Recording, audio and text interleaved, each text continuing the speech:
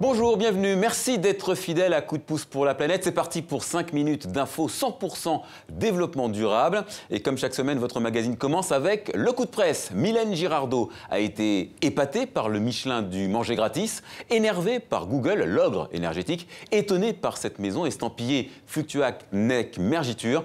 On regarde son tour du net de l'info écolo. Formidable, c'est le nom de cette habitation spéciale changement climatique. Construite en Angleterre, au bord de la Tamise, cette maison amphibie est conçue pour s'élever et flotter en cas de montée des eaux du fleuve. On appelle ça la résilience. Les bureaux et data centers de Google consomment autant qu'une ville de la taille de San Francisco. Et pourtant, le géant du web affirme avoir baissé sa facture énergétique de 40% avec une production électrique entièrement verte. Où se nourrir gratuitement? Réponse sur le site collaboratif Falling Fruit et son million de bonnes adresses où glaner fruits, feuilles et fleurs comestibles. Direction Bruxelles où en quelques secondes vous trouverez poires, pommes, fruits rouges sans rien débourser. Mais en cette saison, là-bas, ce sera surtout des marrons. Ça y est, c'est officiel, l'Europe a dit oui au glyphosate. L'herbicide vedette de Monsanto est renouvelé pour 5 ans au sein de l'Union européenne. Après des mois de tergiversation, 18 des 28 se sont prononcés en faveur de ce produit, pourtant considéré comme potentiellement cancérogène. Pourtant, d'autres ont décidé de dire non au glyphosate. Au Sri Lanka, il est carrément persona non grata. Reportage de Nicolas Bertrand et Sonia Kollovisa.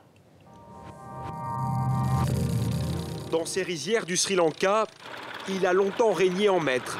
Au moment de semer 2 fois par an, ces fermiers pulvérisaient des litres de glyphosate. Mais ça, c'était avant.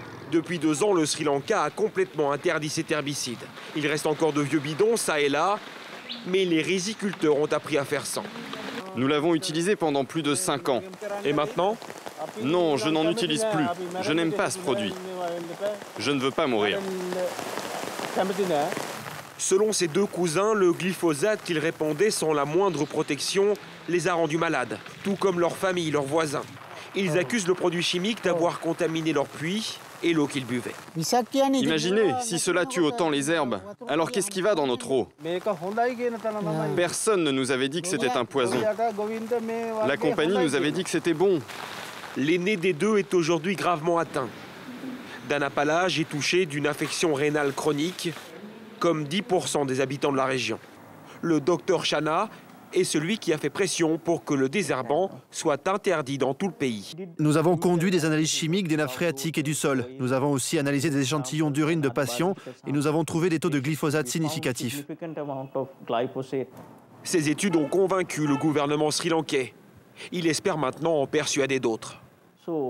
Si un pays de ce qu'on appelle parfois le tiers-monde, un pays asiatique, le Sri Lanka, a eu le courage d'interdire le glyphosate, alors pourquoi pas la France? Pourquoi pas l'Allemagne? Pourquoi pas l'Europe? Ce n'est pas parce que la justice s'en mêle qu'on doit forcément s'en satisfaire. Alors carton rouge à la communauté de communes de Melun-Val-de-Seine, dans la région parisienne. Un regroupement d'agglomérations traîné devant les tribunaux pour avoir laissé fonctionner un incinérateur. Pendant des années, malgré des mises en garde sur des rejets de dioxine hors norme. Et pas de petits rejets. On parle de taux 2000 fois supérieurs à la norme. Le procès s'est ouvert lundi dernier et c'est peu de dire qu'on espère une belle remontée de bretelles.